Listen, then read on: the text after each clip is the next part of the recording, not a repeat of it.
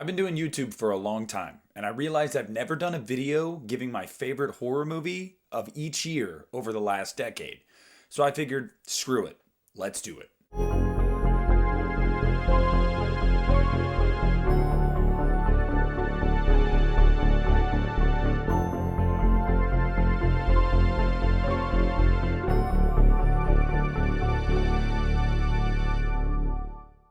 Hey, what's up, you guys? It's Nick here from the Lost River Drive-In, and I realized I've never done a video like this, where I go over the last 10 years and I pick my favorite horror movie from each year and tell you why. So I decided, you know what, screw it. Let's go ahead and do that tonight because I've never done it, and I love movies, and if you're watching my channel, you do too. So we're starting off with the year 2014, and my favorite horror movie of this year was It Follows by David Robert Mitchell. Now, guys, I mentioned the director specifically here because this guy has not worked enough, and it is a crying shame because this movie is incredible. It's one of those movies that you saw a lot of hype for, you didn't know if it could actually live up to that hype, and some of you think, oh, it didn't live up to the hype. But I think a lot of us are like, no, it lived up to the hype. That movie was great. It Follows is just great from start to finish. It's definitely a throwback to 70s horror, feels, looks, and sounds. Very John Carpenter influenced, and a lot of that has to do with the score by Disaster Piece, which is just, it will live rent-free in my head forever. The idea of It Follows is just a really unique concept. You never being able to get away from this thing, and it can shapeshift, and it doesn't talk, but it walks, and it's always going to be walking, even if it has to walk across the ocean to get to you, so you're never safe. And then you have to live with the guilt of, well, do I pass it on to someone to keep it away from me? And then how do you know if that person died and it's back after you? Just so many things about the premise of this movie that will like terrify you and really make you think, and I think that makes for a great movie. I'm really excited that they're finally doing a sequel and bringing David Robert Mitchell back to direct and Maika Monroe as the lead actress. So like, I'm all in, I'm all for it, but 2014, it is hands down It Follows. Now we're on to 2015, and this one might surprise a lot of you guys, and it honestly kind of surprised me. But when I went back and looked at this year, it wasn't a great year for horror. But my favorite one of that year, I really, really liked this movie, and that's Sinister 2. Now, I know a lot of people, when it comes to the Sinister movies, always default to the first one. They say the first one's way scarier, it's just a better movie. And I can understand that. For me, I prefer Sinister 2. And the reason I prefer Sinister 2 is because it actually focused on the kids, the people that Bughuul is after. The first one, although Ethan Hawke is great in the movie, it's not really about Ethan Hawke's kids. It's about Ethan Hawke. And while it is a awesome, like psychological, supernatural thriller, it's not as scary to me because the kids really aren't at the forefront. They are, but they're really not. They're not the focus. And Sinister 2, they are the entire focus. And I love that so much. I also loved the return of Deputy So-and-so, James Ransom. He's great in this movie, and it was nice connective tissue to the first movie.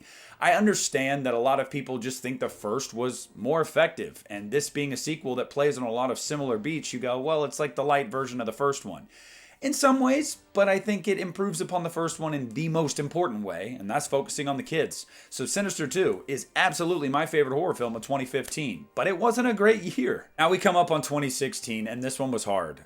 This one was really hard to pick which one was my favorite, but I had to go with the one I've talked up numerous times on my channel, and that's The Conjuring 2.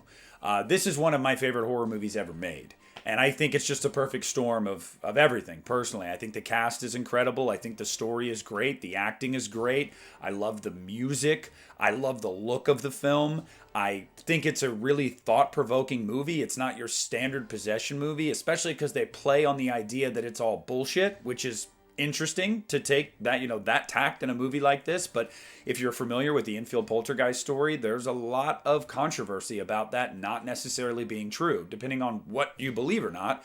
There's just so much about this movie that is just awesome. There's a couple creepy moments, even the first time I saw it, but it doesn't age as well as the first one in terms of scares. But in terms of plot, character development, this movie is just far better. Now we're in the year 2017, and let me just tell you guys right from the top, this was incredibly hard. This was like picking between children for a favorite. Don't lie if you're a parent, everybody has a favorite child, even if they'll never admit it to themselves or to that child. And this was like that for me. I had it, and then I had this other option, and the other option is what I went with, because I prefer It Chapter 2 to It. So I can't go with it in good conscience here in 2017. It is Get Out. That was a long-winded way of me saying what movie it is. Look, I did not see Get Out in 2017. I didn't see Get Out until probably 2018. I streamed it like a year later because I was someone that did not believe the movie could be as good as people were saying it was. I didn't buy into the hype whatsoever. And, first-time director, comedian, yeah, I don't know about all that. Nah, this movie is all that in a bag of chips. It is still Jordan Peele's greatest film. I think it's his only great film, personally. I think that Nope is pretty good, and I think Us is meh. This is a great movie. Just all-around great movie. It pokes fun at everyone. It is super smart. It's suspenseful as hell. It's creepy, and then it just goes into straight-up slasher territory in the third act of the movie. This movie just knocked me on my feet. And I got to give it up to Jordan Peele because I did not expect that. And I'm kicking myself still for not having seen this movie in theaters. Get Out is absolutely my favorite horror film of 2017 and still Jordan Peele's, I think, apex. Now we're at 2018 and this is another movie that had a lot of hype. So I didn't see it when it was out in theaters, waited to stream it, and I understood why it had so much hype. Hereditary. Gotta be my favorite horror film of 2018. Now, some of you guys, knowing me as a Halloween guy, you were like, oh, it's probably going to be Halloween 2018.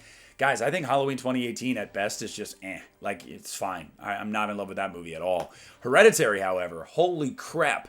If you still haven't seen Hereditary because you, like me, sometimes hear really good things about movies and think there's no way it's actually that good, it is absolutely that good. Like, I don't know how else to put it. It is absolutely that good. Hereditary is incredible. The first time I saw Hereditary, there were at least 2 moments in the movie where my jaw was literally like agape, and I could not believe what I was watching. That does not happen enough nowadays for me with horror films. Hereditary shocked the shit out of me. It creeped me out. It unsettled me for 2+ hours. It just made me feel alive, and that doesn't happen a lot with horror movies anymore. So Hereditary is an incredible film, and again, just like Jordan Peele with Get Out, I think this was Ari Aster's apex. I don't think he's ever going to achieve this again. I know a lot of people are like, oh, I really like Midsommar, or, that's fine. I'm not a huge fan, but regardless, I think this is like his peak. He peaked with his first movie. I mean, I guess that's good and bad, but regardless, Hereditary kicks ass, and I'd love to see Aster do another movie as good as this, because that would be incredible. Everybody wins when we get horror movies this good. Now we're at 2019, and this is a very hard decision again. I had just talked about my decision with It and Get Out in 2017. I had a very similar experience here. It was It Chapter 2 and another movie. But if you guys know me at all, you already knew what was going to win out. And it sucks, because I love It Chapter 2. I absolutely love that movie. But going up against what won, there's no chance. And that is Dr. Sleep. I have gone on ad nauseum about how much I love Dr. Sleep and how I think it is superior to The Shining in pretty much every way. And how I think that it's just like one of the greatest horror movies I've ever seen. And I still hold true to all of those things. But even if you don't agree with all of those opinions of mine, it's a great movie, period. Like, it's almost an inarguable fact. A movie that's 40 years after the original, a sequel to it being this good, that's almost unheard of. And I recommend you guys watch the director's cut if you haven't seen the director's cut, because it is the best version of the movie. It's 3 hours long and it plays like a novel. It literally is in chapters, and I love that so much. This movie was a just profound experience for me in the theater. I'll never forget seeing this movie in the theater.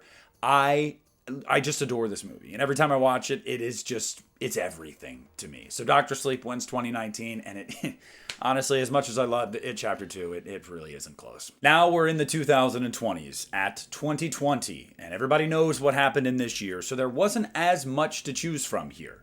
There were 2 movies, though, that battled it out for me. So I'm going to give a special shout out to The Dark and the Wicked, because that movie is an incredibly effective, slow burn, creepy ass movie.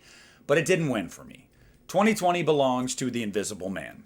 The Invisible Man is more of like a mystery thriller and less of a horror film, but based off of its source material, its director, and a lot of the thrills and mystery in the movie, whatever. We'll put it here. We can argue semantics another day. The Invisible Man it's just an incredible movie. I was shocked, and I'll never forget this being the last movie I saw in theaters before the world shut down. And I just remember being so surprised at how much I liked this movie, because I had almost no interest. I went to see this movie, believe it or not, because Leigh Whannell directed it. Like, that was it. And I knew Blumhouse. So I was like, all right, I'll give it a shot. Whatever, probably not going to like it. I love this movie. I think this movie's smart. I think it is very bristly paced. Even for a movie that's not short, I think it's surprising. There's so much about this movie that I adore. Now, I don't adore the mindset that it puts me back in, remembering, oh yeah, this is right before everything went to shit. But that's not the movie's fault. This movie is great. If you haven't seen The Invisible Man, what are you doing? You've got to watch it. And now we've reached 2021. And very similarly to 2020, there wasn't a ton of quality in this year. More things came out in 2021 than in 2020, but they were of varying degrees of quality. So, almost by default, Halloween Kills takes it for me in 2021. Now, that's not to say that Halloween Kills isn't a movie that I love, because I do love the movie. It's just the competition wasn't that stiff, if I'm being totally honest. Halloween Kills, though, for a Halloween fan and just an old school slasher fan, I feel like everybody will get something out of this. If you like those kinds of movies at all, you're going to get something out of Halloween Kills. It's dumb fun for most of the movie, but it's dripping in atmosphere. It's got great kills. It's got a great antagonist. And it doesn't really make your brain hurt at all because there's almost no plot, nothing to really think about. It's just mindless violence. And although I feel like sometimes a movie needs to have more to say, this was the middle of a trilogy. And we knew the trilogy, the end of the trilogy, was setting up to be like the coup de grace moment. So I was okay with this filler sequel, so long as it was enjoyable. And it was very enjoyable. So Halloween Kills, in a year that wasn't great, takes the cake. And now we've reached 2022, which was one of the greatest years of horror in history, in my opinion. I just think like it'll go down in the history books as a stacked year. There were 3 that I narrowed this down to, and it was incredibly difficult. Let me just give a shout out to the 2 that barely missed out. Terrifier 2 being a jaw-dropping experience for me in the theater that I just absolutely did not expect to feel the way I did about that movie. And Halloween Ends. No, Halloween Ends did not win 2022. I love this movie. I think it is leaps and bounds better than the previous Blumhouse films. And it's easily, in my opinion, the best Halloween movie over the last decade plus. It's my opinion, but I love the movie. But it doesn't matter. X wins 2022. And this time it was close. It was very close, but X is just an incredible movie. It is everything you love about the Texas Chainsaw Massacre and 80s slasher movies. It's everything you love in life. I mean, gorgeous women, gore. What more could you want? I love this movie so much. It was such like an eye-opening experience for me in the theater because I knew that Ty West was going to deliver something I would enjoy. I didn't think it was going to be this good.